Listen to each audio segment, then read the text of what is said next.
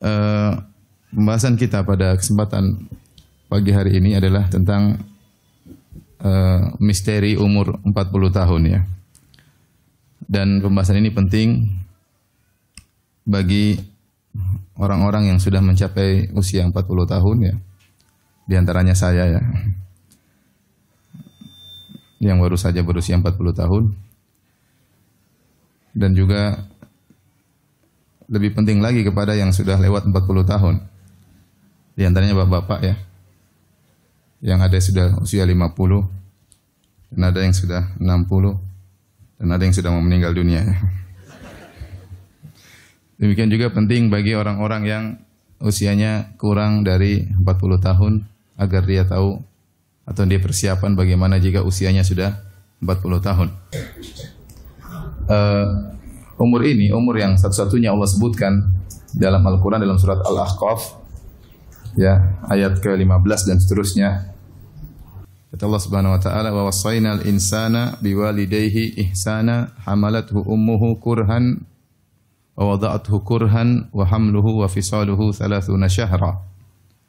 Kami mewasiatkan kepada manusia untuk berbakti kepada kedua orang tuanya dengan sebakti-baktinya. Ibunya telah mengandungnya dengan kesulitan, dengan keberatan ya. Kemudian telah melahirkannya juga telah dengan kesulitan ya. Kemudian hamluhu wa fisaluhu 30 syahra, dan kandungannya serta sapihannya semuanya sekitar 30 bulan. Hatta idza balagha asyuddahu, tatkala sang anak sudah mencapai asyuddahu, yaitu mencapai umur yang cukup ya. Kemudian wa balagha arba'ina sanah, dan dia telah mencapai umur 40 tahun. Di sini Allah menyebutkan khusus jika dia telah mencapai umur 40 tahun. Qala rabbi auzi'ni an ashkura ni'mataka allati an'amta 'alayya wa 'ala walidayya wa an a'mala salihan tardah wa aslih li fi dhurriyyati inni tubtu ilaika wa inni minal muslimin. Maka anak yang sudah mencapai umur 40 tahun tersebut berdoa, Rabbi auzi'ni, ya Allah ilhamkanlah kepadaku, berilah taufik kepadaku, an ashkura ni'mataka allati an'amta alayya, agar aku bisa mensyukuri nikmat yang Engkau berikan kepadaku, wa ala walidayya, dan juga nikmat yang Kau berikan kepada kedua orang tuaku, wa an a'mala salihan tardah, dan agar aku bisa beramal saleh yang Kau ridhai, wa aslih li fi dzurriyyati, dan perbaikilah keturunanku untukku. Inni tubtu ilaika, sungguhnya aku bertobat kepada Engkau, wa inni minal muslimin, dan aku termasuk orang-orang yang menyerahkan diri. Kemudian kata Allah, ulaika alladzina nataqabbalu anhum ahsana ma amilu wa natajawazu an sayyi'atihim fi ashabil jannah wa'da as-sidqi alladzi kanu yu'adun. Mereka itulah orang-orang yang kami terima amalan mereka yang terbaik, dan kami ampuni kesalahan-kesalahan mereka bersama para penghuni surga ya. Dan itulah janji Allah yang telah dijanjikan kepada mereka. Inilah satu-satunya ayat dalam Al-Quran yang menyebutkan bagaimana seorang anak telah mencapai 40 tahun, maka dia berdoa agar diberi ilham untuk bersyukur kepada Allah Subhanahu wa taala. Dan doa itu, doa minta agar diilhamkan untuk bersyukur, juga disebutkan dalam ayat yang lain dalam surat An-Naml melalui lisan Nabi Sulaiman alaihi salam. Sebagaimana firman Allah Subhanahu wa taala, "Wa husyira li Sulaimana junuduhu minal jinni wal insi wat thair fahum yuza'un hatta idza atau ala wadin namli qalat namlatun ya ayyuhan namlu dukhulu masakinakum la yahtimannakum Sulaimanu wa junuduhu wa hum la yash'urun fatabassama dhahikan min qawliha wa qala rabbi awzi'ni an ashkura ni'mataka allati an'amta alayya wa ala walidayya wa an a'mala salihan tarda wa adkhilni fi ibadika salihin bi rahmatika fi ibadika salihin. Kata Allah Subhanahu wa taala, maka dikumpulkanlah bagi Nabi Sulaiman pasukannya dari kalangan jin, kalangan manusia dan burung-burung. Setelah terhimpun pasukan Nabi Sulaiman, kemudian mereka berjalan bersama Sulaiman. Tatkala mereka tiba di sebuah lembah yang isinya semut, tiba-tiba ada seekor semut berkata kepada rakyat semut, Wahai semut sekalian, masuklah kalian ke dalam rumah-rumah kalian. Jangan sampai kalian diinjak oleh Sulaiman dan pasukannya dan mereka dalam kondisi tidak menyadari. Sulaiman alaihissalam mendengar perkataan semut tersebut, ya. Maka dia fatabassama dhahikan, maka beliau tersenyum, ya, melihat bagaimana perkataan dan tingkah semut yang menakjubkan tersebut. Yang ini tentu sudah saya pernah jelaskan dalam kisah Nabi Sulaiman. Ketika Nabi Sulaiman mengetahui nikmat yang Allah berikan kepadanya, bagaimana dia bisa mendengar perkataan seekor semut yang memperingatkan semut-semut yang lainnya, maka dia berdoa, Rabbi auzi'ni an ashkura ni'mataka allati an'amta alayya. Ya Allah, ilhamkanlah kepadaku. Ya Allah, ilhamkanlah kepadaku agar aku bisa mensyukuri nikmat yang kau berikan kepada aku dan juga nikmat kepada yang kau berikan kepada kedua orang tuaku, dan agar aku bisa beramal soleh yang kau ridhai, dan masukkanlah aku dengan rahmatmu ke dalam hamba-hambamu yang soleh. Apa misteri umur 40 tahun? Hadirin dan hadirat yang dirahmati Allah Subhanahu wa taala, kita sering dengar ya bahwasanya di antara pembicaraan-pembicaraan, ya, bahkan mungkin pakar psikologi atau pembicaraan di antara kawan-kawan, ya, sering ada ungkapan umur 40 tahun adalah umur puber kedua, ya, bagi laki-laki, ya, puber kedua. Kadang mulai aneh-aneh, ada yang ingin melakukan sesuatu yang tidak biasanya, ada keinginan tiba-tiba yang muncul, ya, yang katanya ini puber kedua umur 40 tahun. Bahkan ada sebagian orang pernah datang kepada saya, dia bilang, Ustaz, 40 tahun ini pasti ada sesuatu. Saya merasakan ingin melakukan sesuatu. Emang kamu ingin apa? Saya ingin poligami. Apa hubungannya dengan 40 tahun? Mau poligami kapan saja silakan poligami. Dia ingin berdalil bahwasanya disyariatkan poligami umur 40 tahun. Dia merasa bahwasanya umur 40 tahun itu membuat dia harus melakukan suatu hal yang baru, ya. Dia merasakan demikian. Entah dia termakan dengan perkataan banyak orang atau dia merasakan sendiri, wallahu alam bisawab. Ya, tapi memang benar umur 40 tahun adalah umur yang spesial. Makanya Allah sebutkan secara spesial tentang angka 40 tahun tersebut, ya. Sehingga sebagian orang mengatakan adalah lelaki puber kedua umur 40 tahun. Dan sebagian ada kata-kata yang menyakitkan, katanya laki-laki umur 40 tahun sudah menopause. Baik. Allah Subhanahu wa taala, ya, menyebutkan di awal ayat sehingga kita tahu kenapa disebutkan khusus umur 40 tahun. Allah sebutkan di awal ayat, wa wassaynal insana biwalidayhi ihsana. Kami telah mewasiatkan kepada manusia untuk benar-benar berbakti kepada kedua orang tuanya. Kemudian, ya, kita tahu bahwa ini umum, ya, mencakup manusia siapapun. Kalau dia masih punya dua orang tua, maka hendaknya dia berbakti kepada keduanya. Kalau masih ada salah satunya, dia berbakti kepada yang masih hidup, ya. Dan tidak memandang apakah kedua orang tuanya dulu berbuat bakti, berbuat baik kepadanya atau mentelantarkan dirinya, ya, atau menzaliminya, ya. Allah tidak mengkhususkan orang tua seperti itu. Yang penting Anda seorang manusia, Anda punya orang tua, maka wajib berbakti. Terlepas orang tua Anda dulu perhatian sama Anda atau tidak, cuek sama Anda, mentelantarkan Anda, atau malah mengantarkan Anda kepada kesyirikan, memaksa Anda untuk berbuat kesyirikan, tetap seorang anak disuruh oleh Allah berbakti kepada kedua orang tua. Karena bagaimanapun kondisi kedua orang tua, sang anak adalah hasil, ya, pertemuan antara sperma ayahnya dan sel ovum dari ibunya. Maka perintah untuk berbakti kepada orang tua bersifat umum. Bahkan dalam ayat yang lain Allah mengatakan, wa in jahadaka ala an tusyrika bihi ma laysa laka bi ilmun fala tuti'huma wa sahibuhuma fid dunya ma'rufa. Dan jika kedua orang tuamu musyrik dan mengajakmu untuk berbuat kesyirikan, bukan cuma berbuat zalim, bahkan mengajak untuk berbuat kekufuran, mengajak untuk masuk neraka, ya. Kata Allah, fala tuti'huma, jangan kau taat kepada keduanya. Tapi apakah Allah bilang jauhi mereka, ya, balas mereka dengan kezaliman, ya? Enggak. Kata Allah, wasahibuhuma fid dunya ma'rufa. Hendaknya pergauli mereka berdua dengan cara yang baik. Jadi perhatikan, ini manusia disuruh berbakti kepada kedua orang tuanya. Apapun kondisi kedua orang tuanya. Setelah itu Allah sebutkan tentang kondisi ibunya. Kata Allah Subhanahu wa taala, "Hamalathu ummuhu kurhan." Ibunya mengandungnya kurhan, dalam kondisi berat. Kurhan dalam bahasa Arab artinya benci. Tidak suka. Tahir Ibnu Asyur dalam tafsirnya mengatakan apa? Maksudnya sang ibu karena mengandung dia tidak suka dengan kondisi dia, ya. Berat. Dia sayang sama janinnya. Dia sayang sama anaknya, tapi tidak suka dengan kondisi dia yang harus ya mengandung sang anak yang muntah-muntah, ya. Wahnan ala wahnin, semakin lemah yang bertambah-tambah, ya. Kemudian kelemahan yang luar biasa, dan kita tahu bagaimana kondisi seorang wanita jika mengandung, ya.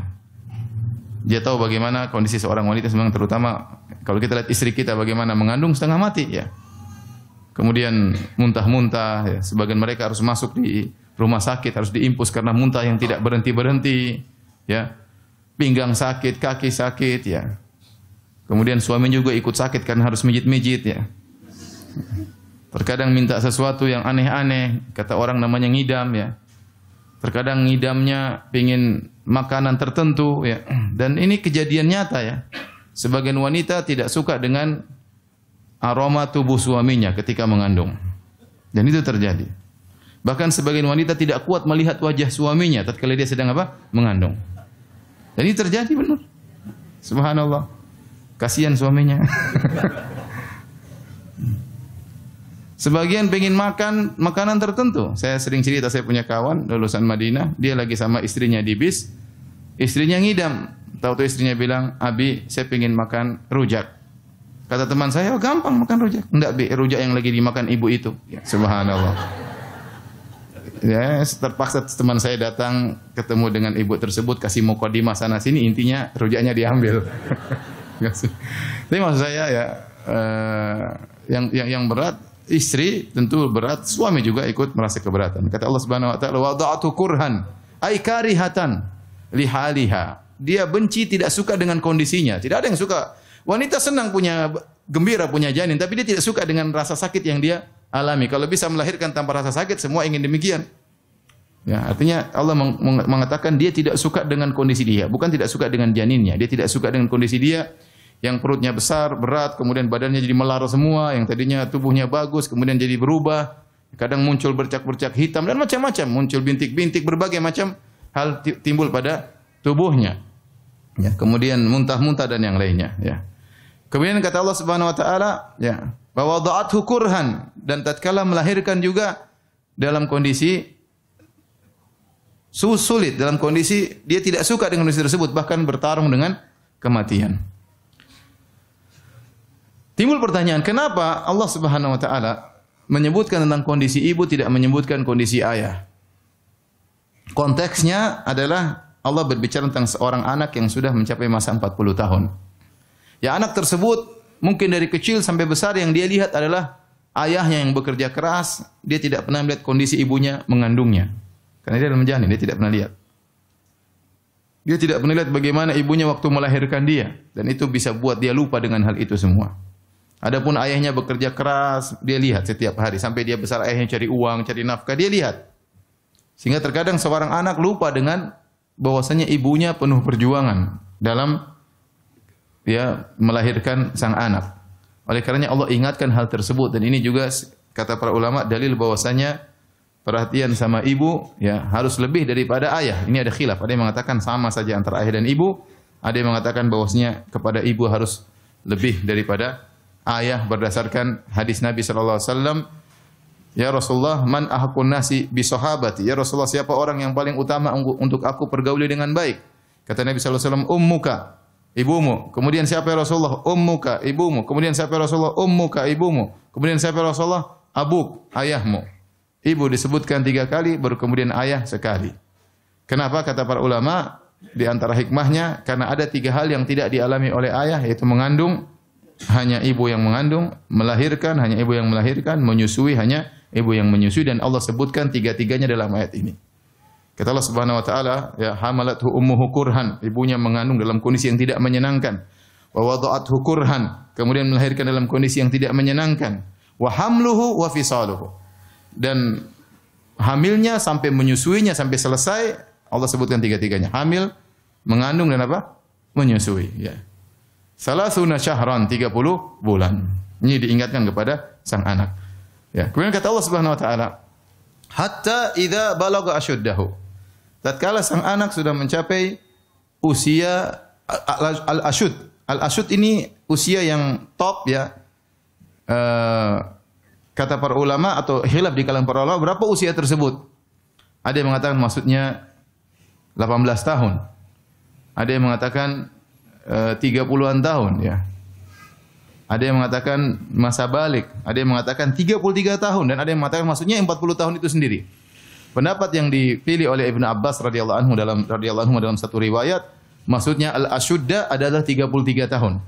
Hatta idza balagha asyuddahu, tatkala sang anak sudah mencapai asyuddahu, ya puncaknya itu umur 33 tahun, di mana dia badannya sudah di puncak-puncak kekuatannya, ya.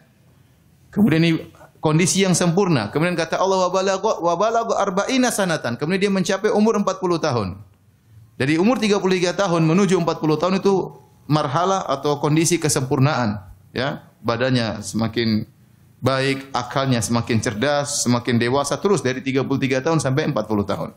Tatkala sampai 40 tahun, maka dia sudah mencapai pada titik kesempurnaan. Sebagaimana dijelaskan oleh para ahli tafsir.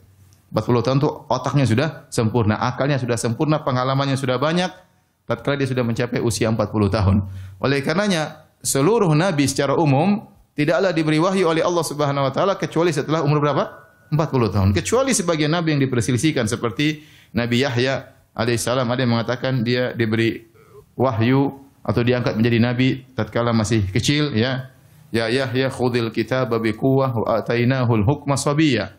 Kami berikan kepada dia hukum yaitu kenabian tatkala masih kecil. Ada pendapat mengatakan Yahya jadi nabi waktu masih kecil, demikian juga ada pendapat mengatakan Nabi Isa alaihissalam tatkala sudah berbicara sudah diangkat menjadi nabi. Namun ada yang mengatakan Nabi Isa berbicara di masih kecil bukan berarti dia nabi. Dia jadi nabi setelah umur 40 tahun. Intinya kebanyakan nabi rata-rata diangkat oleh Allah menjadi seorang nabi umur berapa? 40 tahun. Menunjukkan disitulah otaknya sudah sempurna, akalnya sudah sempurna, dia sudah siap untuk diperintahkan untuk membina umat, untuk memberi pengarahan kepada umat manusia. Oleh karenanya Allah sebutkan dalam ayat ini hatta idza balagha asyuddahu. Jika dia sudah mencapai asyud yaitu 33 tahun, wa balagha arba'ina sanah dan sudah mencapai umur 40 tahun. Artinya sudah cukup waktunya untuk kau berfikir lebih dalam, untuk kau lebih memandang tentang masa depanmu. Kau tidak tahu 40 tahun ini apakah terminalmu yang terakhir, ya, ataukah inilah terminal terminal sebelumnya. Mungkin kau meninggal usia 50 tahun atau mungkin ini terminal pertengahan. Kau meninggal di umur 70 tahun ataukah ini terminal terakhirmu. Kau tidak akan mencapai 50 tahun dan Allah akan mengambil nyawamu. Dan banyak orang yang meninggal sekarang meninggal muda, ya. Kita baru dengar kisah kejadian usia 40 tahun, ya. Sehat walafiat, ya. Bahkan terlalu sehat kata orang, ya. Tiba-tiba Allah cabut nyawanya, ya. Ya. Benar kata penyair, ya. Tazawwad minat taqwa fa innaka la tadri idza janna al-lailu hal ta'ishu ila al-fajri. Berbekalah dengan ketakwaan, sungguhnya kau tidak tahu jika telah tiba malam hari apakah kau bisa hidup sampai pagi hari. Wa kam min sahihin mata min ghairi illatin. Betapa banyak orang sehat meninggal tiba-tiba tanpa didahului sakit. Wa kam min fatan amsa wa asbaha dhahikan wa qad udkhilat ajsaduhum zulmatal qabri. Betapa banyak pemuda di pagi hari masih tertawa, sore hari masih tertawa, tiba-tiba di malam hari dimasukkan dalam kegelapan liang lahat. Seorang di usia 40 tahun di saat bugar-bugarnya tubuhnya, dia mungkin keluar rumah tidak terbetik dalam benaknya 1% pun dia akan meninggal dunia. Tidak terbetik, tidak terpikirkan sama sekali bahwasanya dia akan meninggal saat itu, tiba-tiba Allah cabut nyawanya. Oleh karenanya jika seorang sudah mencapai usia 40 tahun maka dia harus hati-hati. Makanya diriwayatkan dari Ibnu Abbas, beliau berkata, "Man ata alaihi arba'una sanah," barang siapa yang telah mencapai 40 tahun, ya, falam yaghlib khairuhu syarrahu, dan kebaikannya tidak mendominasi keburukannya, ya, falyatahajjas ilan nar, hendaknya dia bersiap untuk menuju neraka jahanam, ya. Dan harusnya umur 40 tahun dia sudah mulai berpikir panjang. Dia harus hati-hati dalam menjalani sisa umurnya. Karena dia tidak tahu dia hidup sampai kapan. Ya. Oleh karenanya Allah menyebutkan tentang usia 40 tahun untuk dia banyak berpikir. Taib. Kata Allah Subhanahu wa taala, ya, dalam ayat ini kita lanjutkan, kita selesaikan terlebih dahulu. Hatta idza balagha ashuddahu wa balagha 40 sanah, tatkala dia sudah mencapai 40 tahun, qala rabbi auzi'ni, dia berkata, ya Rabbku, anugerahkanlah kepadaku an ashkura nikmataka allati an'amta alayya, agar aku bisa mensyukuri nikmat yang kau berikan kepadaku dan juga nikmat yang kau berikan kepada kedua orang tuaku. Di sini sang hamba tatkala umur usia 40 tahun dianjurkan untuk berdoa dengan doa ini. Dan ini pendapat disampaikan oleh Asy-Syaukani. Hendaknya jika seorang sudah mencapai usia 40 tahun, dia sering mengucapkan doa ini. Rabbi auzi'ni, ya Allah ilhamkanlah aku untuk bisa bersyukur. Ya, kalau kita tidak bersyukur di usia 40 tahun, kapan lagi kita mau bersyukur? Masa muda telah lalu. Kita usia 20, 30, ya, kita sudah senang-senang, kita mungkin nakal, kita mungkin melakukan banyak kesalahan. Ya. Namanya masih muda, kita merasa akan hidup panjang. Umur 20 tidak ada yang pikir mati. Umur 30 tidak ada yang pikir mati. Nah 40 Allah suruh berhenti.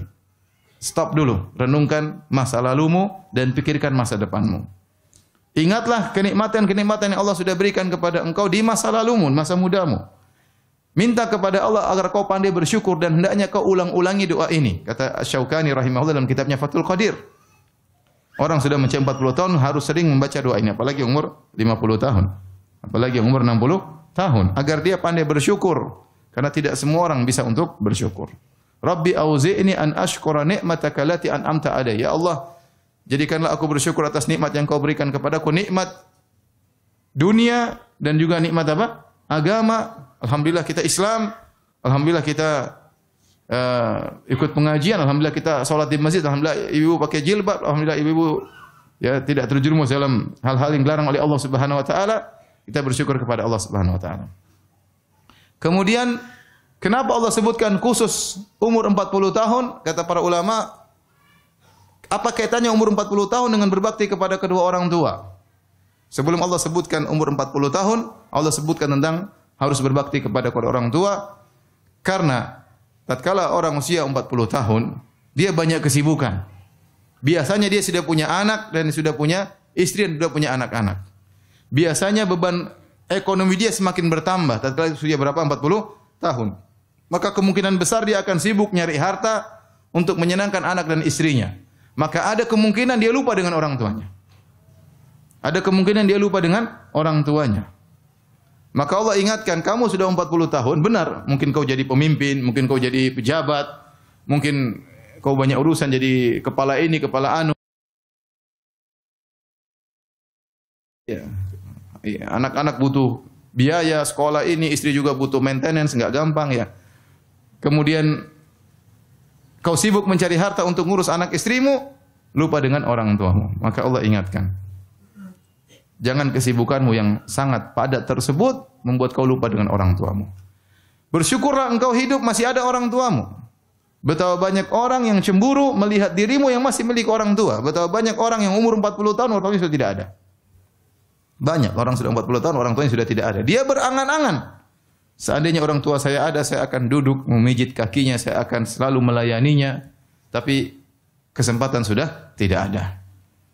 Jadi ini peringatan kepada kita, kalau kita sudah umur 40, orang tua kita tidak akan lama lagi hidupnya. Kalau kita umur 40, orang tua kita sudah mungkin 65, sudah mungkin mau 70 ya. Biasa umur umat Nabi baina sittin ila sab'in, antara 60 sampai 70. Allah ingatkan bahwasanya waktumu untuk berbakti tinggal sedikit.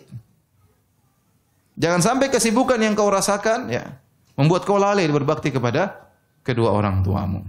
Kedua orang tua. Di sini Allah ingatkan. Disinilah kenapa kata para ulama dikaitkan antara berbakti sama orang tua dengan umur 40 tahun ya, dengan umur 40 tahun. Jadi para hadirin hadirat yang Allah Subhanahu wa taala, maka orang ini pun berdoa, Rabbi auzi'ni an ashkura ni'mataka allati an'amta alayya. Ya Allah, jadikanlah aku, berilah taufik kepada aku, ilhamkanlah aku untuk bersyukur atas nikmat yang kau berikan kepada aku. Saya masih punya orang tua, saya punya istri, saya punya anak, saya beragama alhamdulillah. Ya, saya punya pekerjaan.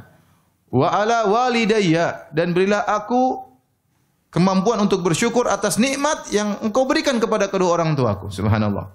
Apa kaitannya kita bersyukur dengan nikmat yang Allah berikan kepada kedua orang tua? Kata para ulama, para ahli tafsir, karena kalau Allah berikan kepada nikmat kepada kedua orang tuamu, kau juga pasti merasakan sebagian nikmat tersebut.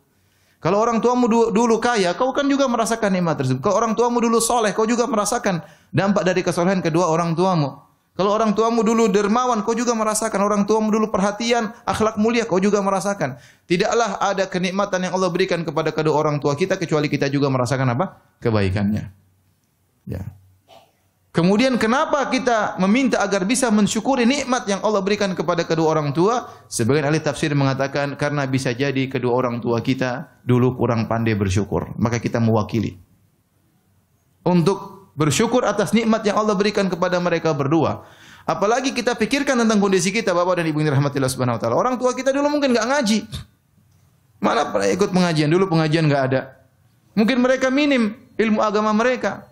Mungkin mereka terjerumus dalam hal-hal yang dilarang oleh Allah Subhanahu wa taala karena kejahilan, karena ketidaktahuan. Sehingga mereka belum pandai mensyukuri nikmat yang Allah berikan kepada mereka berdua. Nah, kita anaknya seakan-akan kita berkata, ya Allah, kalau orang tuaku dulu tidak mampu mensyukuri nikmat atau kurang dalam mensyukuri nikmat yang Engkau berikan kepada mereka berdua, akulah anak mereka.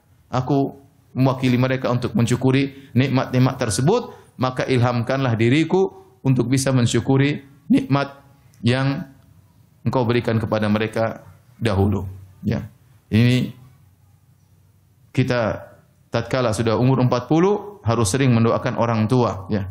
Harus sering mendoakan orang tua. Itu ciri anak soleh. Ciri anak soleh. Ya. Kata Allah Subhanahu Wa Taala, an ashkura ni'mataka allati an'amta alayya wa ala walidayya wa na'mala salihan tardah. Dan anugerahkanlah kepadaku kemampuan untuk bisa beramal soleh yang kau ridhai. Ya. Allah memiliki sifat ridha. Allah ridha dengan amal soleh. Kita ingin mencari keridhaan Allah, maka beramal soleh. Amal soleh itu apa? Amal yang ikhlas. Amal yang ikhlas dan sesuai dengan petunjuk Nabi SAW. Sudahlah, sudah bukan saatnya kita pencitraan lagi. Bukan saatnya kita beramal soleh untuk dipuji oleh orang, untuk diakui oleh teman-teman kita, untuk dipuji oleh teman-teman pengajian kita, untuk diakui oleh panitia pengajian yang lainnya, untuk dihormati oleh ustaz-ustaz lainnya. Bukan saatnya lagi. Sudah, umur kita tidak panjang lagi. Cari amal soleh, mencari keridhaan Allah Subhanahu Wa Taala. Sekarang mulai belajar, ada penyakit-penyakit hati, ingin dipuji, ingin disanjung, ujub, buang itu semua. Ya, buang itu semua. Saatnya kita berusaha untuk ikhlas kepada Allah Subhanahu Wa Taala. Karena Allah tidak ridha kecuali kepada amal soleh. Amal tidak menjadi soleh kecuali ikhlas karena Allah Subhanahu Wa Taala. Wa na'mala salihan tarda wa aslih li fi dzurriyyati. Dan Allah, ya berilah aku, perbaikilah anak-anakku. Dan ini doa untuk anak-anak. Nah, orang sudah umur 40 tahun, doa buat dirinya, doa buat orang tuanya tidak lama lagi meninggal, tidak lama lagi hidup. Dan doa buat anak-anaknya, karena anaknya aset. Karena kalau dia meninggal, siapa yang ngirim pahala kepada dia kalau bukan apa? Anak-anaknya. Siapa yang setia mendoakan dia kalau bukan siapa? Anak-anaknya. Maka konsen mendoakan orang anak-anak. Ya, ibu-ibu bangun malam, ya sudah. Bangun malam doain orang tua, doain suami, doain anak-anak. Ya. Jangan buang-buang waktu. Nonton berita sana, berita sini, berita sana. Browsing sana, browsing sini. Cari tas baru, sepatu baru, sendal baru. Lama-lama suami baru. Alhamdulillah. Sekarang udah 40 tahun, konsen. Anak-anak gimana anak saya? Didik baik-baik, doain, serius. Wa aslih li fi dzurriyyati. Inilah harapan kita. Inilah kebahagiaan kita, anak-anak ini. Kalau kita meninggal, kalau kita sudah tua, siapa yang ngurusin kita? Kalau anak kita enggak berbakti, enggak soleh, terus gimana? Doa secara serius, wa aslih li fi dzurriyyati. Wa aslih li fi dzurriyyati. Kemudian lanjutan doa tersebut, inni tubtu ilaika. Aku bertobat kepada Engkau ya Allah. Saatnya di umur 40 kita memperbaharui taubat. Kita sadar bahwasanya banyak masa lalu kita yang buruk. Banyak masa lalu kita yang kelam. Ya. Banyak yang sudah kita lihat di medsos, banyak yang sudah kita komentari di medsos, banyak gibah namimah yang sudah kita dengar. Kita bertobat saatnya. Kapan mau bertobat lagi? Udah 40 tahun Allah ingatkan. Inni tubtu ilaika ya Allah, aku bertobat kepadamu. Jadi ini doa harus dihafal ya Ibu ya. Sudah hafal belum? Hah? Belum ya. Sudah 40 tahun belum? Sudah lewat malah. Ya, hafal doa tersebut. Inni tubtu ilaika wa inni minal muslimin. Aku termasuk orang-orang yang menyerahkan diriku. Kemudian kata Allah Subhanahu wa taala, ulaika nataqabbalu anhum ahsana ma amilu. Mereka itulah orang-orang yang kami terima amal terbaik mereka. Kalau kita berusaha semaksimal mungkin berbakti kepada orang tua, mendoakan anak-anak, maka Allah memilih yang terbaik dari amalan kita, kemudian Allah terima. Wa natajawazu an sayyi'atihim fi ashabil jannah. Dan kami pun akan memaafkan dosa-dosa mereka, kata Allah Subhanahu wa taala, ya.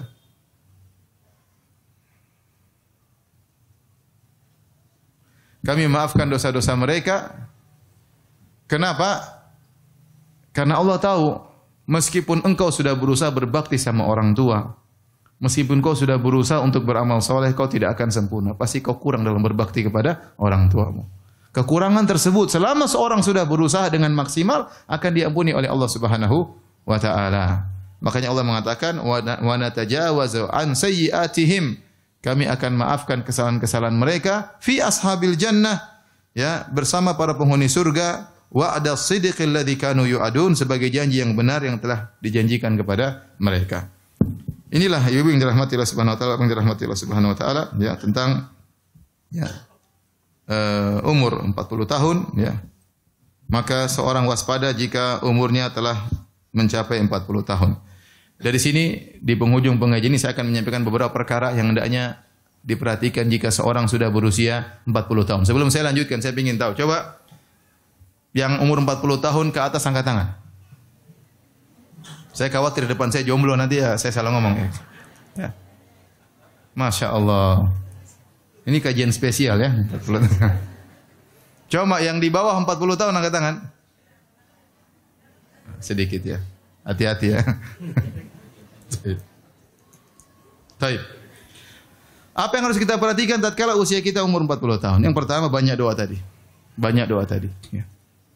Hafalkan, Rabbi auzi'ni an ashkura ni'mataka allati an'amta 'alayya wa 'ala walidayya wa na'mala salihan tardah wa aslih li fi dzurriyyati inni tubtu ilaika wa inni minal muslimin. Hafalkan doa tersebut, ya. Dan sering diulang sebagaimana wasiat dari Al-Imam Syaukani rahimahullahu taala. Ya, karena khawatir kita lupa untuk bersyukur kepada Allah. Kalau kita tidak bersyukur kepada Allah saat ini, kapan lagi mau bersyukur? Ya, kapan lagi mau bersyukur? Ya.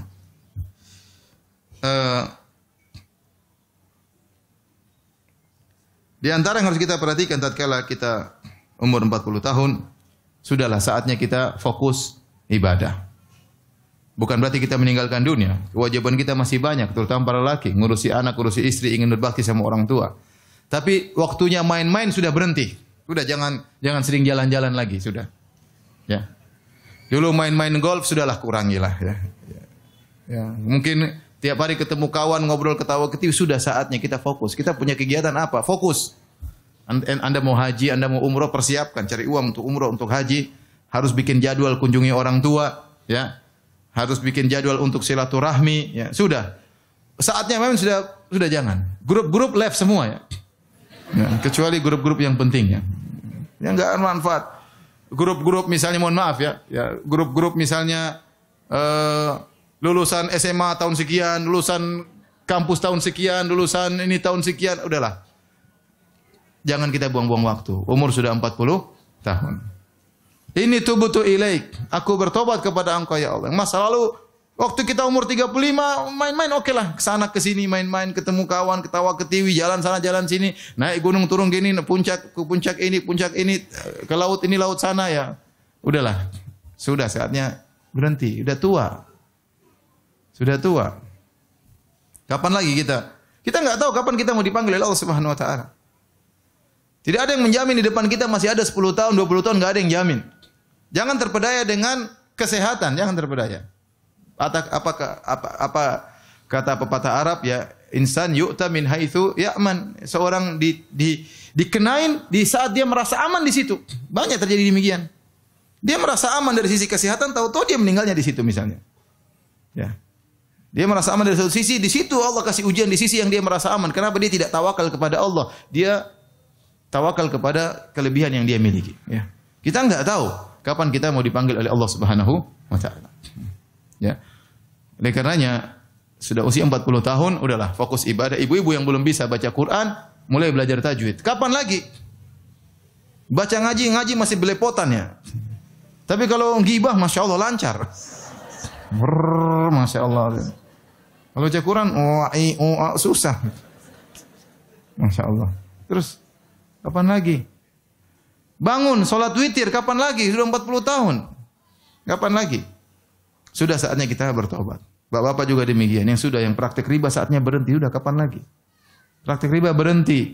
Sudahlah. Yang dolimi orang berhenti. Kapan lagi? Kita mau fokus amal soleh. Umur kita sudah 40 tahun. Taib. Kemudian berikutnya jangan lupa tadi berbakti sama orang tua. Ini fokus benar-benar berbakti sama orang tua. Berbakti sama orang tua, kalau kita punya harta jangan tunggu orang tua minta. Kita berusaha mengenali kebutuhan orang tua kita. Kita mengenali apa yang disukai oleh orang tua kita. Selama kita mampu, berikan. Jangan tunggu orang tua minta dan jangan pernah perhitungan sama orang tua. Mumpung orang tua Anda masih hidup. Ya. Tidak usah ente mau masuk surga gampang buat sama orang tua. Tidak usah sholat malam, tidak usah puasa Senin Kemis, puasa Daud, tidak usah. Tidak usah poligami, sudah pokoknya berbuat sama orang tua masuk surga. Memang poligami gampang, susah, berat kan. Perempuan diuji, laki-laki juga diuji. Oleh karenanya kita nggak tahu usia orang tua kita sampai kapan. Kalau Anda berusia 40 tahun, orang tua masih hidup, kesempatan Anda untuk berbakti. Pintu surga masih terbuka di hadapan Anda. Silakan Anda buka selebar-lebarnya. Ya, silakan Anda buka selebar-lebarnya. Ya. Enggak usah tawar-tawarin orang tua. Yang punya sesuatu kasih hadiah aja. Enggak usah tanya, "Mak mau ini, Mak. Abi mau ini." Ya kadang-kadang orang tua yang punya harga diri, "Oh, enggak. Abi enggak mau." Udah, Abi udah cukup misalnya. Enggak usah tawar-tawarin, kasih aja, enggak usah tawar-tawarin. Ya. Karena orang tua meminta dia malu. Saya pernah sampaikan kisah ada seorang dia menyesal ya setelah dia tua. Dia dulu merasa dia berbakti kepada orang tuanya. Setelah dia tua dia sadar bahwasanya ternyata saya dulu tidak berbakti. Kapan dia sadar? Setelah dia tua, anaknya terkadang tawarkan sesuatu kepada dia. "Ayah mau ini." Tapi dia punya harga diri. "Oh enggak, Nak. Ayah mau ini." "Enggak, Nak. Padahal dia pingin. Cuma dia mau bilang, iya dia enggak enak. Ternyata dia ingat, dia dulu waktu masih muda juga dia sering begitu sama bapaknya. "Pak mau ini?" Enggak, dia enggak kasih akhirnya. Sekarang baru sadar ternyata saya dulu tidak berbakti sama bapak saya. Maka kita kalau punya sesuatu, kasih orang tua, enggak usah ditawar-tawarin, kasih aja. Kalau dia enggak mau kan dia kembaliin. Kalau dia enggak mau dia enggak ambil. Kapan lagi mau berbakti sama orang tua? Orang tua bentar lagi dipanggil oleh Allah Subhanahu wa taala ya. Ya. Oleh karenanya mumpung orang tua masih hidup ya, Allah ingatkan umur 40 hendaknya berbakti kepada orang tua, salah satu pintu terbesar untuk meraih surga. Kemudian berikutnya mulailah kita atur waktu untuk keluarga. Ada seorang akan meninggal dunia, dia tanya, "Apa yang kau sesalkan selama hidupmu?" Dia katakan, "Saya menyesal tidak menyisihkan waktu untuk anak istri saya, terjebak dengan rutinitas kerjaan harian yang buat saya lalai untuk menghabiskan waktu untuk anak istri." Kita sudah umur 40 tahun, sudah saatnya kita pekerjaan mulai kita kurangi dikit-dikit. Ya, kita mulai sisihkan waktu untuk anak istri. Karena sebentar lagi anak-anak kita sudah sekolah, sudah ninggalin kita. Karena sebentar lagi anak kita sudah nikah, sudah diambil sama orang. Sekarang kita bangun rumah besar, nggak ada isinya, kosong. Kenapa? Anak kita diambil sama orang. Anak kita juga nggak mau tinggal sama kita, malas tinggal sama bapak, sama ibu. Cerewet, terlalu ngatur. Dia tinggal tempat lain. Ya. Kalau dia mau tinggal sama kita, kadang istrinya bilang jangan tinggal sama bapak. Ya sudah, kita nggak mungkin larang-larang. Kamu harus tinggal sama saya, nggak mungkin. Dia punya ingin hidup sendiri, ingin mandiri. Sudah di rumah kita jarang ketemu lagi mereka. Saat-saatnya kita umur 40 tahun, mulailah kita kasih waktu buat istri ngobrol, suami perhatian lebih banyak, anak-anak ya. Bagaimana kegiatan mereka. Sebagaimana kita berikan kepada mereka kebutuhan jasmani, kita berikan kebutuhan rohani. Mulai kita perhatikan agama mereka, mulai kita ngobrol seperti kawan sendiri. Kapan lagi? Masing-masing kita semua sibuk. Antum sibuk, saya juga sibuk. Tapi kalau kita tidak menyengajakan untuk bisa ketemu anak-anak, kapan lagi kita bisa punya waktu untuk mereka? Sebentar lagi mereka akan meninggalkan kita. Kalau mau mengikuti keinginan duniawi tidak akan pernah berhenti. Oh, jadi pejabat pingin jadi pejabat lebih tinggi. Udah punya duit pingin lagi. Usaha nggak pernah berhenti. 24 jam kerja. Anak-anak mana? Pingin dipeluk-peluk, pingin manjat-manjat badan kita. Ya. Pingin loncat-loncat di kita. Nggak ada, nggak bisa. Oleh karenanya, jangan sampai antum menyesal di kemudian hari. Ya. Waktu lewat begitu saja, sibuk dengan dunia, ya antum ya mau kaya seberapa sih? Antum kaya apapun, tetap saja ya naik mobil satu juga. Enggak mungkin antum naik mobil sekalian dua. Mobil 100 yang pakai cuma apa? Satu. Antum sekaya apapun tidur ya tempat tidur segitu aja, mau diapain? Ya. Antum kaya apapun makan cuma satu piring. Saya kadang 2 piring bisa. Enggak mesti kaya untuk makan 2 piring. Orang kaya terkadang makan malah pilih-pilih dan macam-macam. Mau saya udahlah. Dunia kita cari, ya. Kita senangkan anak istri, tapi harus ada waktu buat anak istri. Antum sudah berusia 40 tahun. Kapan lagi mau dekat sama anak-anak? Baik. Di antara yang harus kita perhatikan setelah kita berusia 40 tahun, mulailah ya jaga waktu dan kesehatan. Ya. Jaga waktu dan kesehatan. Kesehatan itu mahal harganya ya. Orang sudah sakit, nggak bisa apa-apa. Ya. Memang kita sakit, ya kita bersabar, kurangi pahala, diangkat derajat. Ya, tapi akan mengurangi aktivitas kita. Ya, kita mau jalan-jalan sama anak-anak sudah nggak bisa karena sakit dan yang lainnya. Maka seorang berusaha untuk menjaga kesehatannya tatkala umur 40. Saya sering ketemu dokter, kata mereka, Ustadz kalau sudah 40 tahun, mulai banyak penyakit-penyakit yang tidak pernah ketemu sebelumnya ya. Tahu-tahu darah tinggi, tahu-tahu gula, tahu-tahu asam urat ya. Yang itu tidak pernah terpikirkan sebelumnya. Sebelum umur 40, santai makan apa, makan terserah. Begitu udah 40 tahun, sedikit-sedikit iya. Naik mobil yang tadinya kuat, sering ngantuk, subhanallah. Sudah 40 tahun. Ya. Rambut sudah mulai putih ya. Ya. Sudah mulai lemah. Orang sudah 40 tahun, di puncak kesehatan dia mulai menurun. Benar ada yang sampai 50 kuat, tapi jarang. Biasanya kalau sudah 40, mulai naik ke atas, 41, 42, 43, mulai berkurang kemampuannya. Mulailah pandangannya melemah, mulailah pendengarannya melemah, mulai kekuatannya melemah. Dulu bisa lari begitu cepat, sekarang tidak bisa cepat. Dulu bisa jalan berkilo-kilo, sekarang sudah berkurang. Ya. Tapi semangat makan semakin banyak. Hati-hati ya. Ada orang bilang kalau udah 40 tuh hati-hati makan ya. Apa saja jadi daging, minum jadi daging, hirup udara saja bisa jadi daging. Kalau udah nggak perhatikan makan sana makan sini puasnya, akhirnya kita sakit. Kalau sudah sakit, beraktivitas susah, membahagiakan anak istri juga susah. Maka seorang waspada, sudah 40 tahun, jaga kesehatan, bikin rutinitas olahraga, ya jangan juga berlebihan, tapi intinya ada waktu untuk olahraga, ada waktu untuk ngobrol sama anak istri. Ada waktu jalan-jalan sama anak istri dan ada waktu untuk fokus belajar. Ya. Untuk belajar agama. Waktu untuk ya mendekat kepada Allah Subhanahu wa taala.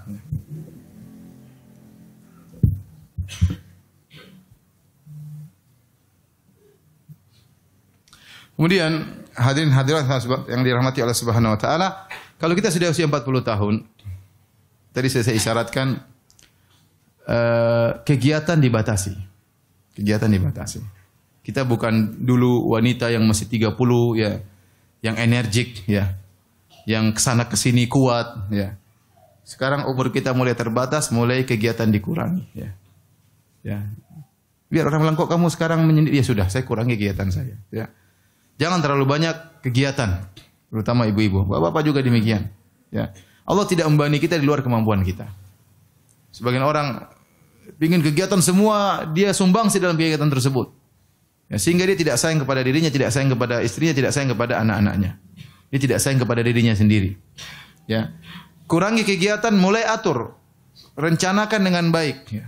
Saya ingin kegiatan saya terbatas, misalnya saya ingin bisa tajwid saya benar. Kegiatan fokus di situ. Ya.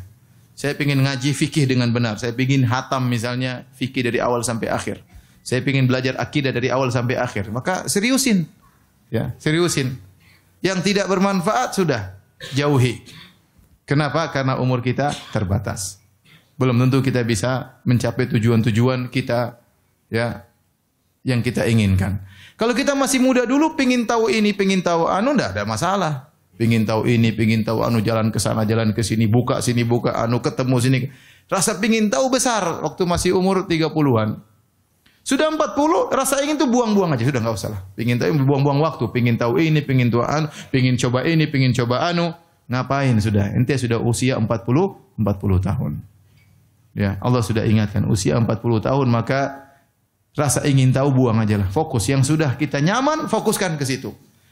Udah punya pekerjaan nyaman, fokus di situ biar kita bisa ya cari waktu yang bermanfaat ya. Jangan coba sini, coba sini, coba sini, coba sini ya. Akhirnya waktu terbuang dan akhirnya kita tidak fokus. Tiba-tiba kita semakin tua dan semakin dekat kepada Allah Subhanahu wa taala, akhirnya dipanggil oleh Allah Subhanahu wa taala. Kemudian mulailah fokus untuk mencari kebahagiaan dengan mengingat akhirat ya. Selama sebagian orang menyangka kebahagiaan dengan kemasyhuran, ketenaran atau dengan harta atau dengan ya apa namanya kekayaan dan yang lainnya ya. Tidak demikian. Kebahagiaan adalah bagaimana kita dekat dengan Allah Subhanahu wa taala. Jadwalkan kegiatan kita sehari-hari. Jadwalkan kegiatan sehari-hari. Ibu-ibu paksa diri, ya jadwalkan kegiatan. Saya kasih jadwal sederhana yang insya Allah kita bisa melakukannya. Tidak muluk-muluk. Ibu-ibu sekarang azan subuh 4.39 atau 4.40. Udah bangun jam 4. Paksa diri bangun jam 4. Kemudian toilet mungkin 10 menit. Setelah itu sholat malam ya 20 menit. Setelah itu istighfar. Ya. Nunggu subuh. Azan subuh dikumandangkan.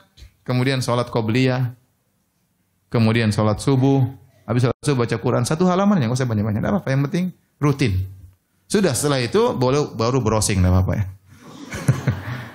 Zikir pagi petang lah, zikir pagi petang dulu, zikir pagi petang.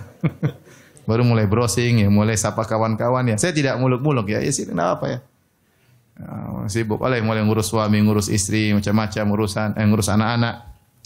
Jam 8, jam 9 sholat duha. 2 rakaat aja nggak usah banyak, 2 rakaat aja. Situlah kenikmatan, situlah kebahagiaan. Ya. Mau cari kebahagiaan terlalu banyak teori, udah gitu aja dah. Ya. Jam 9 sholat 2 rakaat. Sudah menjelang duhur, sudah siap-siap. Siap-siap berwudu sebelum azan, duduk azan dikumandangkan, sholat qobliyah, kemudian sholat 4 rakaat, kemudian sholat duhur dan sholat ba'diyah, baca Quran 1 halaman aja. Enggak usah bicara muluk-muluk ya. Tidak usah banyak kajian juga. Mau ikut kajian sana, kajian sini. Jauh sana, jauh sini. Mau ketemu teman-teman padahal. Nanti sudah kajian banyak, nggak dipraktekan. Nggak dipraktekan. Sudah sering Ustadz bilang, ngaji, nggak ngaji. Sudah Ustadz sudah capek-capek ngomong, taat sama suami, taat sama suami. Nggak juga taat sama apa? Suami. Masih aja ngangkat suara sama suami. Masih aja ngomel sama suami. Sampai kemarin ada yang bilang, Ustadz, ibu-ibu itu suami orang meninggal dia menangis. Suaminya masih hidup dia omelin. Masya Allah. Ada seperti itu. Lihat berita nangis. Suami orang mati dia menangis. Suaminya masih hidup diomelin. Kita ini nuntut ilmu untuk diamalkan. Udah pada duhur sudah makan sama suami. Ya layani suami tidur. Asar bangun lagi sholat asar, zikir pagi petang. Sudah enggak apa-apa, jalan kegiatan yang lain, mau pengajian malam-malam terserah.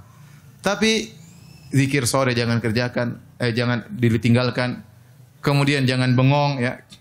Daripada bengong mending kita berzikir. Apa susahnya kita bilang astagfirullah, astagfirullah, astagfirullah, subhanallah, walhamdulillah, wala ilallahu akbar. Apa susahnya kita baca Al-Qur'an? Ya. Kalau enggak bisa baca Quran ya zikir aja. Jangan seorang wanita muslimah bengong. Lihat atas, lihat bawah. Enggak ada kegiatan. Duduk. Jangan, itu enggak ada pahalanya. Mending kalau kita bengong kita apa? Astagfirullah, astagfirullah, astagfirullah. Gitu aja ya. Apalagi kita sudah mencapai usia berapa? 40 tahun. Inilah Bapak-bapak dan Ibu yang dirahmati Allah Subhanahu wa taala yang bisa saya sampaikan, peringatan bagi diri saya pribadi dan juga bagi antum dan antuna sekalian ya.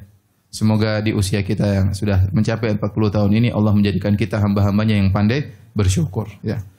Jadi menjadikan kita hamba-hamba yang tidak lalai dari hari akhirat, menjadikan kita hamba-hamba yang pandai berbakti kepada kedua orang tua. Wallahu taala alam bisawab. Kalau ada yang bertanya saya persilakan.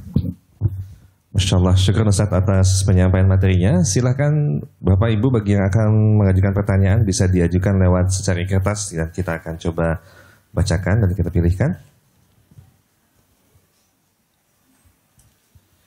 Baik Ustaz, mohon izin ada beberapa pertanyaan di luar tema.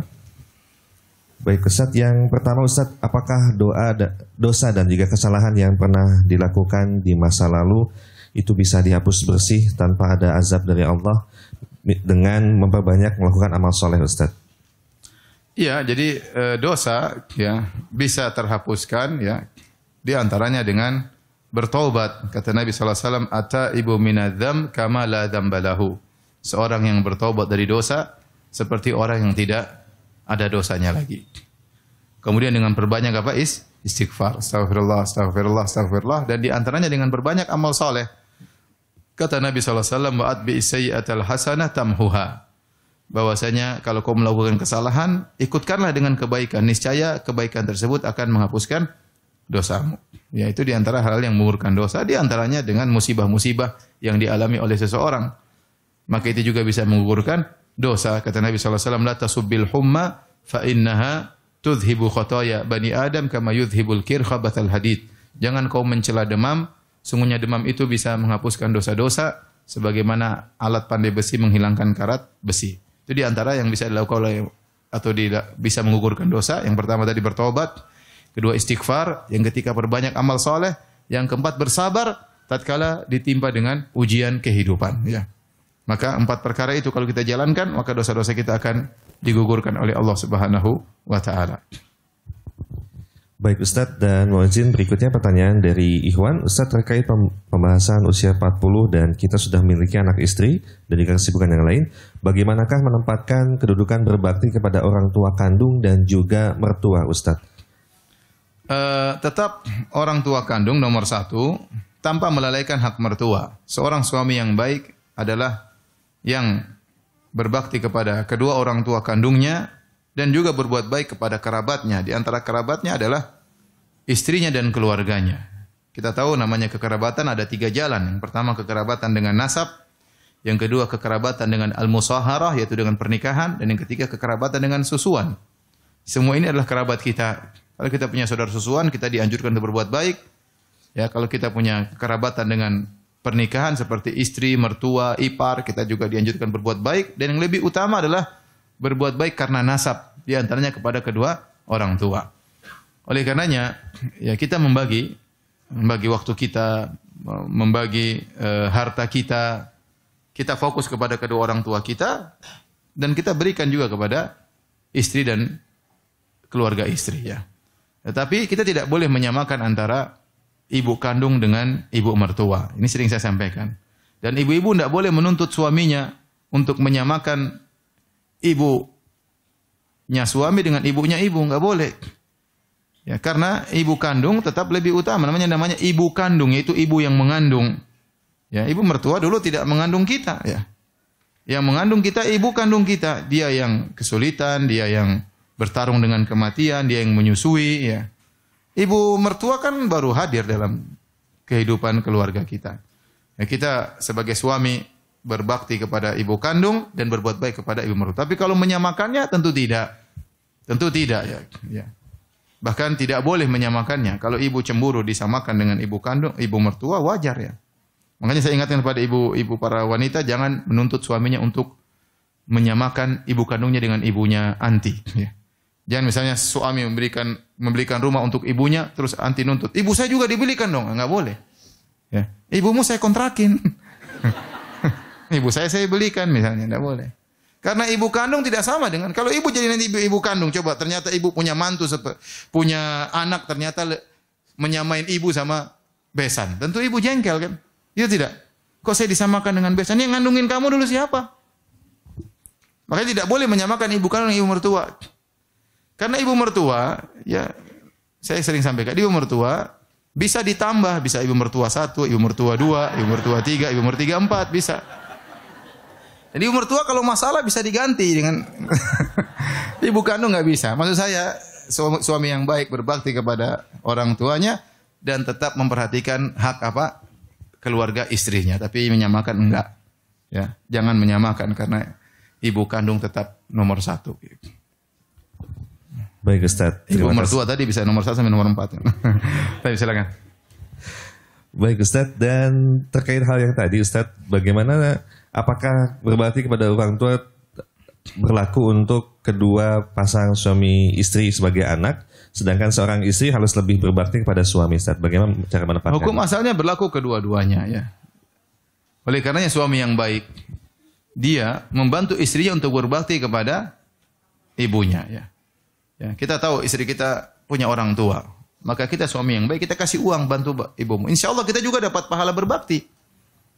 Kita dapat pahala berbakti meskipun kita tentu lebih mengutamakan ibu kandung kita. Tetapi kita jangan pelit sama istri dan jangan pelit sama keluarga istri. Sebagian orang Masya Allah sama orang jauh dia bantu, sama orang dekat dia nggak bantu. Dia bantu teman-temannya, dia bantu orang jauh, bahkan kirim uang sampai ke kota lain, sampai ke luar negeri kadang, sampai ke Palestina. Ibu mertuanya tidak dia bantu. Ipar-iparnya tidak dia bantu. Padahal mereka lebih utama orang dekat untuk dibantu. Maka kita ya, istri kalau ternyata dia masih punya orang tua, dia bilang sama suaminya baik-baik, Mas bantu saya dong untuk bantu berbakti sama orang tua saya. Mumpung ibu saya masih hidup. Ya sampaikan dan kita tingkatkan layanan kepada suami. Ya, Insya Allah kalau suami terbuka hatinya dia akan bantu kita untuk berbakti kepada orang tua kita ya. Jadi itu caranya. Apalagi kalau istri tidak kerja hanya sebagai ibu rumah tangga, dia nggak punya uang, dia nggak punya apa-apa ya. Maka di antara dia untuk bisa membantu orang tuanya dia minta kebaikan dari suaminya. Wallahu a'lam bishawab. Baik Ustaz, terima kasih banyak. Dan selanjutnya Ustaz terkait tadi yang Ustaz bahas tadi, bagaimanakah sikap kita sebagai anak untuk berbakti kepada orang tua dan ingin berikan hadiah sementara orang tua sudah sangat berkecukupan Ustaz? Mohon nasihatnya. Orang tua ya, kalau dia sudah sangat berkecukupan, ya namanya hadiah tetap saja menyenangkan. Ya, iya atau tidak? Antum udah punya rumah mewah, antum udah punya makan. Tapi kalau ada yang kasih sesuatu yang hadiah, ya antum senang aja ya. Dan kita harus kira-kira orang tua sukanya. Tapi taruhlah seandainya orang tua tidak suka hadiah sama sekali, atau bahkan apa ini kok belikan abi kayak begini, tidak dihargai pemberian kita. Ya udah kita berbakti orang tua dari telepon, kunjungan, sisihkan waktu untuk ngobrol sama dia, ya mendengar apa yang dia sudah ceritakan. Ya, berbakti dari sisi itu, karena berbakti tidak harus dengan harta. Ya, berbakti bisa dengan sisi yang lain. Tapi meskipun orang tua sudah punya kelebihan, apa salahnya orang tua kaya raya, Anda belikan gelang buat orang tua? Apa dia buang? Apa dia tolak? Saya rasa enggak. Dia mungkin bangga, ini anak saya belikan gelang. Mungkin dia cerita sama orang, anak saya belikan gelang. Meskipun dia punya gelang banyak, ya meskipun dia toko emas berjalan, ya, tapi dia, tapi kalau anaknya belikan emas, dia bangga. Oh, ini dibelikan anak saya, ini dibelikan mantu saya, dia bangga. Ya. Saya punya mobil, kalau dikasih mobil saya juga mau, misalnya. Ya tetap aja orang namanya dikasih hadiah, tetap aja suka. Ya. Ya. Saya punya jam nih, tapi saya dikasih jam, saya suka aja meskipun saya tidak pakai. Saya sudah punya jam dan saya punya jam banyak di rumah, dikasih orang banyak. Saya tolak pun kadang dikasih juga. Ya. Tapi ya namanya kasih hadiah berarti menunjukkan perhatian. Ya. Tapi apa lagi bertanya? Baik Ustaz, mohon nasihatnya Ustaz bagi seorang anak yang tidak pernah mengenal ayah kandung karena berpisah saat kami baru lahir. Dan jikalau ingin mencari ayah, khawatir akan menyakiti hati ibu karena dari kecil sudah putus hubungan antara ibu dan ayah dan juga ibu pernah melarang untuk mencari ayah. Mohon nasihatnya Ustaz. Itu larangan yang tidak berlaku karena itu larangan adalah bentuk durhaka kepada orang tua. Ya. Tadi sudah kita sebutkan Allah menyuruh kita berbakti kepada orang tua apapun kondisi mereka. Ya, paling tidak kita berasal dari air mani ayah kita. Ya. Oleh karenanya, meskipun orang tua zalim sama kita, bahkan nyuruh kita berbuat kesyirikan, tetap kita disuruh berbuat baik sama orang tua. Maka tidak ada salahnya anti cari, ya, atau antum cari berita tentang ayah, di mana dia, tanpa harus kasih tahu ibu. Tanpa harus cerita sama ibu. Ya datang ketemu, ini anakmu, ya, kalau ada hadiah kasih sekedarnya. Yang penting itu bakti luar biasa, itu pahalanya besar. Saya bilang mungkin lebih besar daripada berjihad di jalan Allah, lebih besar daripada anti bangun malam, sholat malam, khatam Quran, mungkin lebih besar kita cari orang tua, kita kasih hadiah kepada orang tua semampu kita, ya. Tanpa harus lapor kepada ibu, ya. Kemudian kalau kemudian orang tua akhirnya sering telepon kita, tidak apa-apa. Ya, kita pandai-pandai saja bagaimana menghadapi ibu, ya. Meskipun ibu sangat jengkel sama ayah kita, ya. Tapi tetap dia ayah kita bagaimanapun kondisinya. Allah alam bisawab. Baik, syukran Ustaz. Dan selanjutnya, sampai batasan manakah berbakti kepada ibu yang murtad Ustaz dan qadar Allah menjadi misionaris yang sampai saat ini masih terus berusaha untuk memurtadkan anak-anak dan keturunannya Ustaz. Mohon nasihatnya Ustaz. Saya katakan tadi, ayat sudah jelas. Wa in jahadaka ala an tusyrika bi. Jika kedua orang tuamu memaksamu untuk berbuat syirik, ya. Ini misionaris dua-duanya ceritanya. Allah sebutkan. Jika kedua orang tua musyrik dan memaksamu untuk berbuat syirik, maka jangan ikut. Tapi kata Allah apa? Wa sahibuhuma fid dunya ma'ruf. Di dunia wajib untuk berbuat baik kepada orang tua yang misionaris. Dan di antara bentuk bakti yang baik adalah dialog sama orang tua. Nasihati dia, diskusi. Apa susahnya diskusi sama orang Nasrani, ya? Orang Nasrani agamanya enggak logis. Anti dengan sedikit ilmu bisa diskusi. Diskusi, jangan sudah diskusi langsung bicara masalah ketuhanan Nabi Isa. Apakah Nabi Isa Tuhan? Diskusi fokus itu, ngobrol. Orang tua ya kita ngobrol. Kenapa bisa gimana Nabi Isa? Kita belajar dulu baru ngobrol. Kasih syubhat sama orang tua, ya. Siapa tahu dia sadar, kita enggak tahu. Ya saya kenal seorang, orang tuanya bukan misionaris tapi dia Nasrani. Waktu sakit dia dakwahi terus, dia datangi. Mungkin yang saudara lain tidak perhatian, dia datangi. Dia ngobrol sama orang tuanya. Sampai sebelum meninggal orang tuanya masuk apa? Islam. La ilaha illallah. Kita enggak tahu kapan hidayah Allah kasihkan, ya. Tapi harus ada usaha, jangan menengahi, diem aja, enggak. Ngobrol, Umi, memang Yesus Tuhan kah? Kalau Tuhan saya sembah dia, ya. Ngobrol gitu. Saya pingin sembah Yesus, tapi Yesus bukan Tuhan. Buktinya begini, 1, 2, 3, 4, seterusnya. Kata Allah, kana yakulani ta'am, ya. Isa dan ibunya dulu makan makanan, masa Tuhan makan? Ya. Misalnya, logika-logika sederhana. Ya. Tapi harus kita belajar untuk bisa berdialog dengan ibu kita. Intinya ngobrol, jangan dibiarkan saja. Ibu berusaha membuat kita murtad, kita berusaha dia jadikan dia apa? Islam. Jangan diam aja, lawan dengan cara yang baik. Itu di antara bentuk berbakti, berusaha agar dia dapat hidayah kepada Islam. Baik Ustaz, dan mohon izin selanjutnya, bagaimana cara menasihati orang tua yang usianya sudah lebih dari 40 tahun, sudah jauh Ustaz, tapi masih terus sibuk. Usianya lebih dari? Sudah usianya lebih dari 40 tahun, sudah tua. Masih muda, 40 tahun, masih muda. Lebih dari 40 tahun, maksudnya berapa? 60? Nggak disebutkan Ustaz, tapi orang tua masih sibuk terus dalam kesibukan dunia Ustaz. Bagaimana sikap kami sebagai anak untuk mengajaknya dalam kebaikan? Ya, pertama antum harus doain, ya. Tiap malam doain orang tua, ya. Kita nih kadang malas berdoa, ya. Padahal kunci kebaikan adalah apa? Doa. Benar-benar serius menangis minta kepada Allah agar Allah memberi daya kepada orang tua kita. Yang kedua, ya kita kunjungan ke orang tua, ya. Kalau bisa bikin ide, bikin pengajian di rumah, ya. Kita siapin, ya. Kita IO-nya, ya. Ayah gimana bikin pengajian di rumah? Paling tidak itu membuat dia mendengar ayat-ayat Allah, mendengar hadis-hadis Nabi SAW. Bagaimanapun seorang Muslim kalau dengar ayat-ayat Allah pasti ada pengaruhnya. Ya kalau dia nggak mau diajak pengajian ke masjid, kita bikin pengajian di rumah, ya. Atau bikin majelis tahsin di rumah. Ya, intinya ada usaha lah. Saya tidak tahu apa yang terbaik bagi kondisi orang tua, tapi kira-kira demikian. Ya, atau kita kenalkan sama teman-teman yang baik. Kalau misalnya teman-teman yang orang berhasil, dia selain kenal sunnah, dia mungkin juga orang berduit. Biasanya orang kan segan kalau ketemu orang kaya, dia segan. Ya. Apalagi ternyata orang kaya tersebut rajin sholat. Ya mudah-mudahan dia terpengaruh seperti itulah. Wallahu a'lam bishawab. Baik Ustaz, dan selanjutnya Ustaz mohon nasihatnya, bagaimanakah ciri-ciri meninggal saat husnul khotimah Ustaz? Apakah meninggal tanpa sakit itu lebih baik dengan yang meninggal didahului dengan sakit terlebih dahulu? Mohon nasihatnya. Sederhana, husnul khotimah yaitu meninggal dalam kondisi sedang beramal soleh. Itu saja. Sedang beramal soleh, sedang berangkat misalnya ingin berbakti sama orang tua atau kecelakaan di jalan. Husnul khotimah. Kenapa? Sedang berencana untuk berbakti kepada orang tua. Ya. Lagi sholat meninggal, lagi mau ikut pengajian tahu-tahu meninggal dunia misalnya. Ya. Ya, lagi berbakti sama orang tua, intinya lagi baca Quran meninggal dunia. Ya. Bukan lagi joget di pinggir sungai, lagi bikin band di pinggir kolam lele misalnya, enggak. Tahu-tahu datang tsunami meninggal dunia, terus bilang ini ya husnul khotimah. Lagi nyanyi joget kemudian meninggal. Subhanallah, saya lihat ya orang-orang mengatakan nyanyi nggak apa-apa, joget nggak apa-apa. Tapi dulu sempat tersebar ada klip orang lagi joget meninggal dunia. Semua orang tahu itu mati buruk. Meskipun mereka bilang joget boleh, emang joget nggak boleh. Tapi kalau ente yang mati dalam kondisi gitu gimana? Ridho nggak? Oh nggak, saya nggak mau. Nggak ridho. Berarti nurani Anda tahu itu nggak baik. Meninggal dalam kondisi itu tidak baik. Ya. Nanti bilang ini husnul khotimah. Enggak, husnul khotimah mudah. Meninggal dalam kondisi sedang beramal saleh. Tadi lagi sedekah meninggal dunia, lagi berdoa sama orang meninggal dunia, lagi ya makanya misalnya ada seorang di satu pesawat. Bisa jadi di dalam pesawat itu ada yang husnul khotimah, ada yang su'ul khotimah.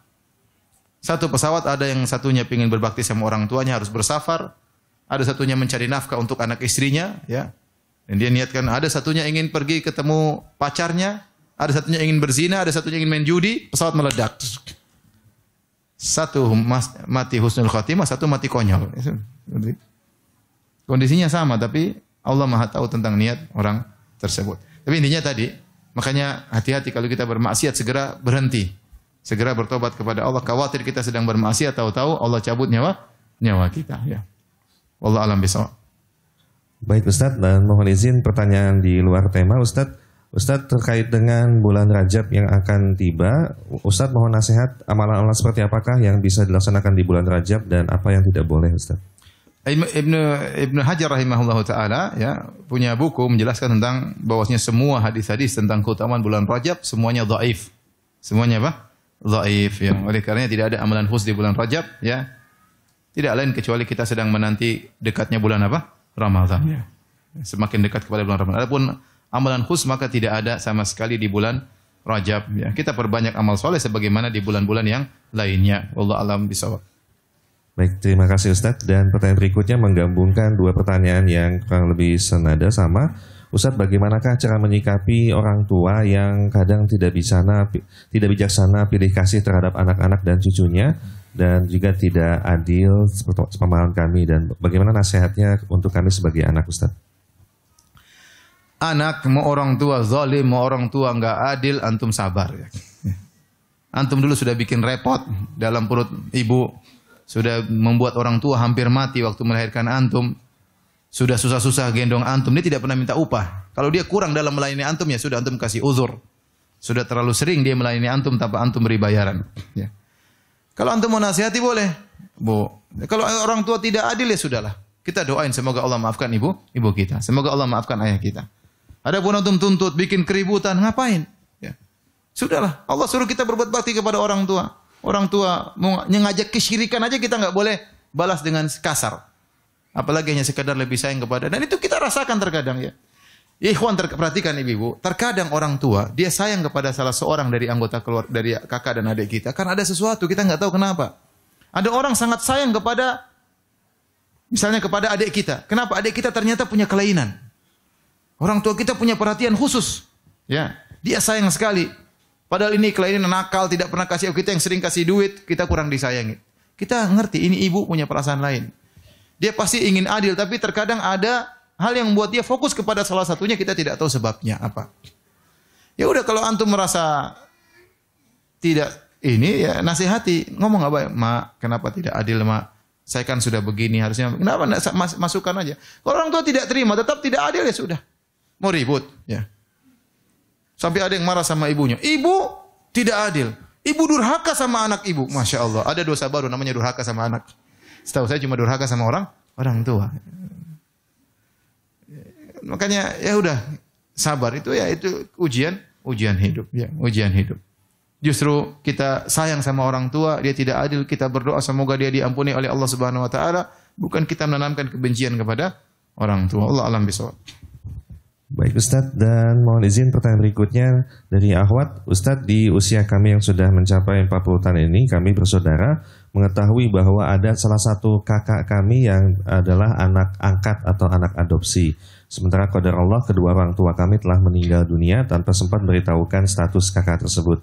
Apakah ada kewajiban kami selaku adik untuk memberitahukan hal tersebut, sementara kakak yang lain tidak mau memberitahukan tentang hal tersebut Ustadz kepada kakak?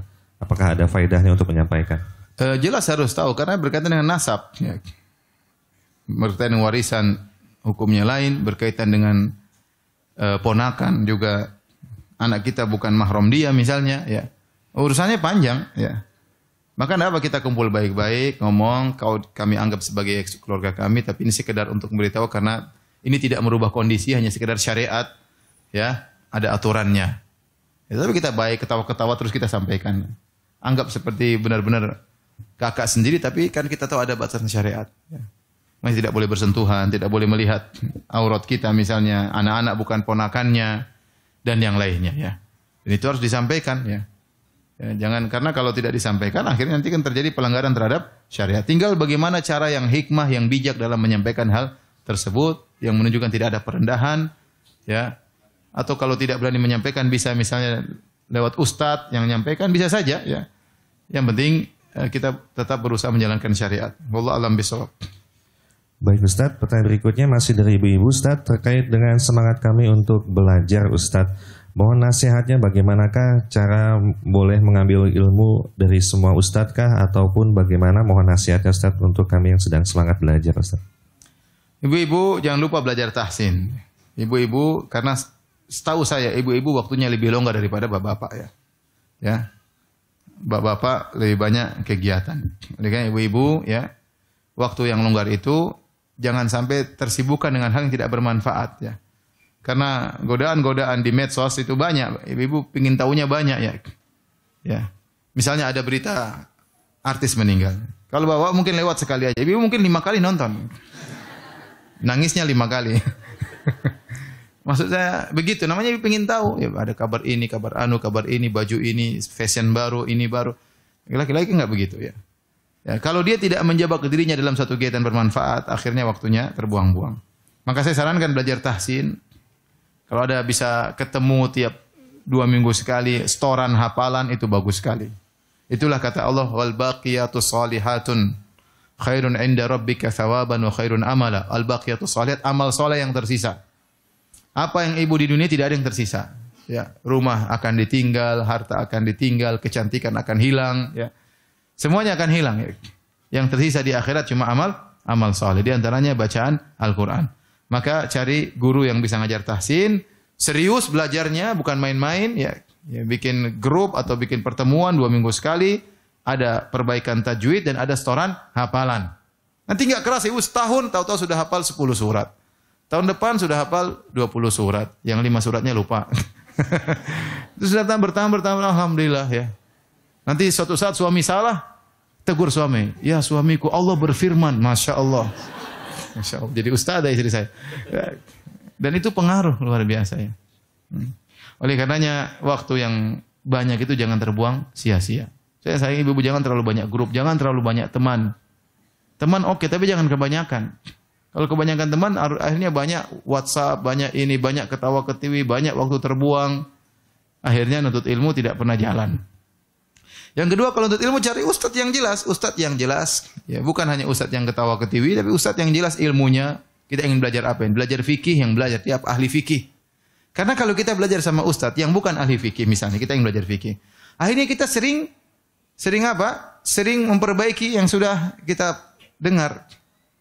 Oh, ternyata salah. Ya, capek kalau begitu. Ya. Ternyata yang kita dengar semua harus diformat misalnya.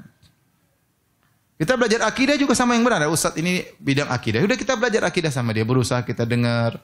Kalau nggak paham kita putar ulang. YouTube-nya kita putar ulang. Seperti itu. Bukan sekedar siapapun kita boleh duduk. Akhirnya nggak teratur ilmu kita. Terkadang ada kesalahan harus kita revisi kembali. Repot. Dan itu banyak kejadian seperti itu. Ya. Banyak kejadian seperti itu. Makanya saya bilang menuntut ilmu. Umur kita terbatas. Cari ilmu yang benar. Di YouTube juga ada silsilah pengajian ini, masalah ini. Ya, yang kita butuhkan apa? Kita belajar dengan baik-baik. Kalau nggak ngerti, tanya kepada orang yang paham. Allah alam bisawab.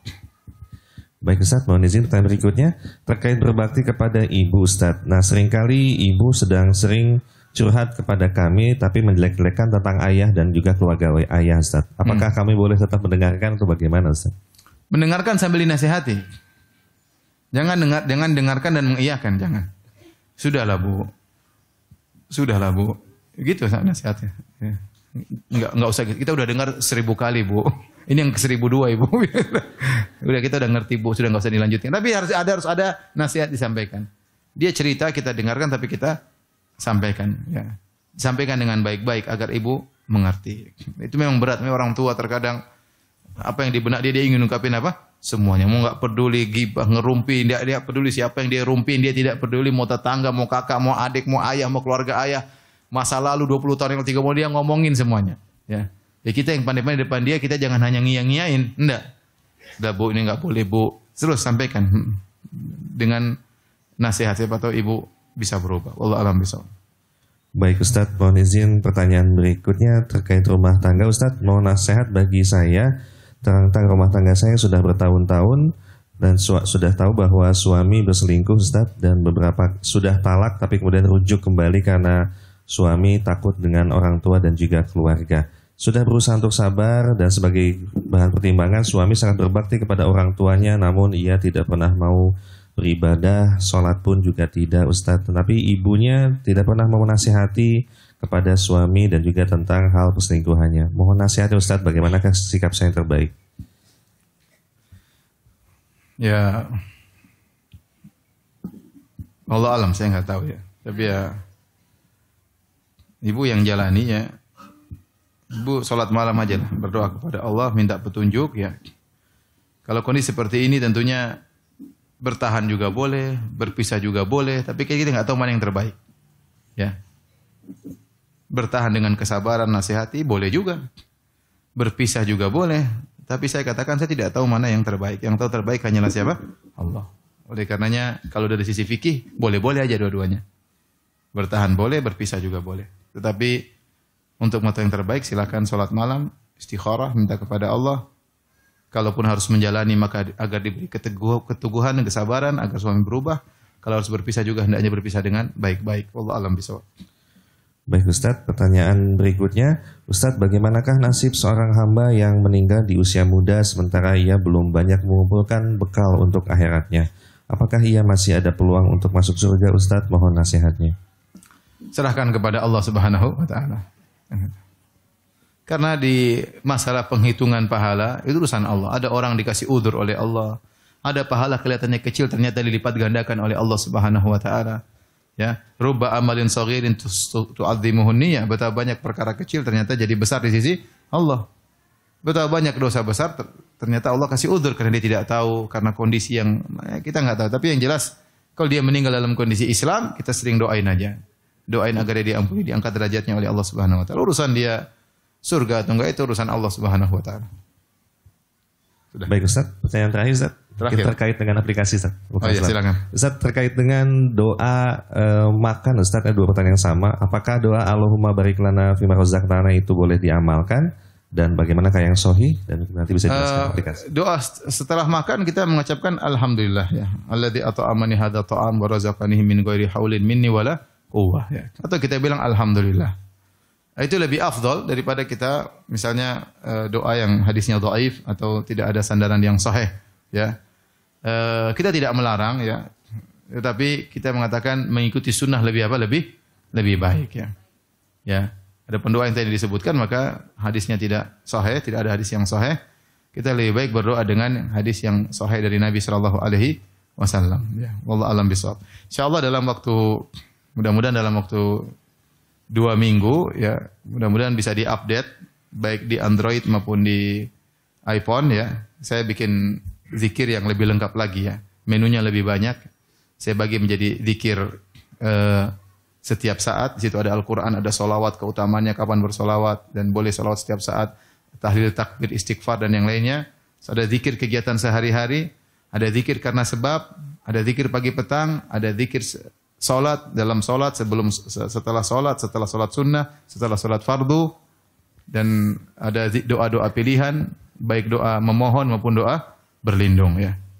Insyaallah jadi kalau mau dibukukan kira-kira mungkin 500 halaman lebih ya, atau 500, tapi nanti kalau di aplikasi gratis ya. Tapi insyaallah dalam 2 minggu. Jadi yang sudah download aplikasi Bekal Islam, mungkin nanti ada pemberitahuan kapan diupdate lagi. Sementara sudah ada zikir-zikir namun belum lengkap ya, sedang dilengkapi insyaallah taala. Di antara kelebihan aplikasi tersebut ada syarahnya, ada penjelasannya. Ya, kebanyakan orang bikin buku doa tidak ada apa? Penjelasannya. Nah, dalam aplikasi ini ada penjelasan-penjelasan yang kira-kira diperlukan oleh sang pembaca. Apa maksud doa ini? Ya, apa maksudnya? Sehingga kita tatkala berdoa bisa lebih khusyuk ya. Tapi demikian saja, Bapak dan Ibu yang dirahmati Allah Subhanahu wa taala, apa yang saya sampaikan yang benar datang dari Allah Subhanahu wa taala, yang salah dari kesilapan saya sendiri dari syaitan. Semoga Allah mengampuni dosa-dosa kita. Kita tutup kafaratul majelis. Subhanakallah bihamdik, asyhadu alla ilaha illa anta, astaghfiruka wa atubu ilaik. Assalamualaikum warahmatullahi wabarakatuh. Waalaikumsalam.